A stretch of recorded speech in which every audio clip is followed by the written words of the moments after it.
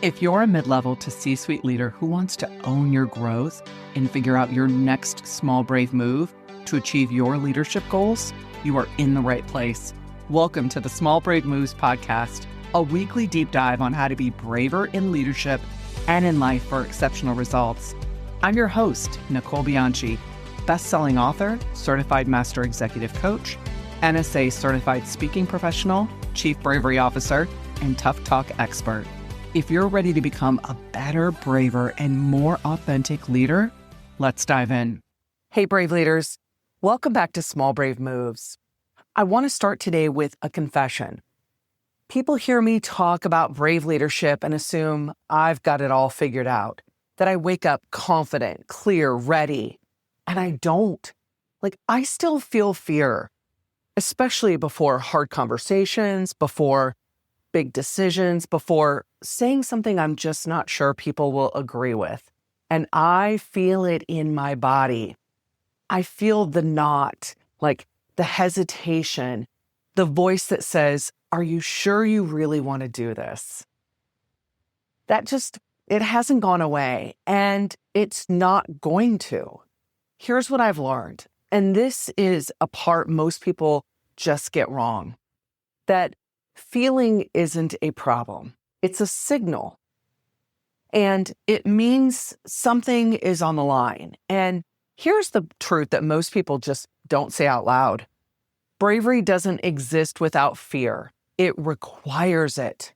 No fear, then no bravery. That's just doing something easy. So if you've been waiting to feel confident before you act, maybe waiting to feel ready before you speak, or waiting for the fear to go away before you step up, you're going to be waiting a long time, maybe forever. And while you're waiting, well, guess what? Opportunities are moving. Decisions are getting made without you, and problems are just getting worse. So let's talk about that. I want you to think about it this way. You've been taught that this is wrong. We've been taught that fear is something we have to eliminate. The whole be fearless, crush fear, get past it. Notice how my voice changed as I was doing this because it makes no sense at all. It sounds good, but it's completely wrong. Because here's what that message actually does. It trains you to wait until you feel better, to wait until you feel ready, or wait until it's less uncomfortable. And that's exactly why so many leaders stay stuck, because the fear doesn't go away, especially not at higher levels. It actually gets louder. I work with senior executives, people running massive organizations, and you know what they feel? Fear. Fear of saying the wrong thing, fear of making the wrong call, fear of being exposed, fear of maybe not having the answer. And here's the part that they won't say publicly. They think that means something is wrong with them, and it doesn't. It means that they're in the arena. The real question isn't, how do I get rid of the fear? The real question is, am I letting fear make decisions for me? Am I letting fear make decisions for me? Because if you are, then you're not leading, you're reacting. Now, let's talk about what your brain is doing. Let's make it real. Your brain is just not built for bravery. It's built for safety. That's how we're wired. So when you're about to do something uncomfortable, maybe having the hard conversation, challenging somebody, taking a risk, your brain treats it like danger. Your heart rate spikes, your body tightens up, and your thoughts get really loud. And then here's what your brain says. Let's not do this. That voice sounds logical. It sounds protective, and it's not. It's outdated wiring. It's outdated neural pathways. Because here's what's actually happening. You're not in danger. You're just uncomfortable. Because your brain doesn't care about the difference. So it convinces you to delay, and delaying feels smart until you realize what it's costing you. Every time you avoid that conversation, you reinforce the pattern. Every time you stay quiet, you train your brain that silence, well, it's safer. And every time you wait, you make the next brave move harder, not easier. So, no, confidence does not come before action. That's the lie. Confidence is built after you act. Let's talk about what this actually looks like, because this is where people underestimate the work.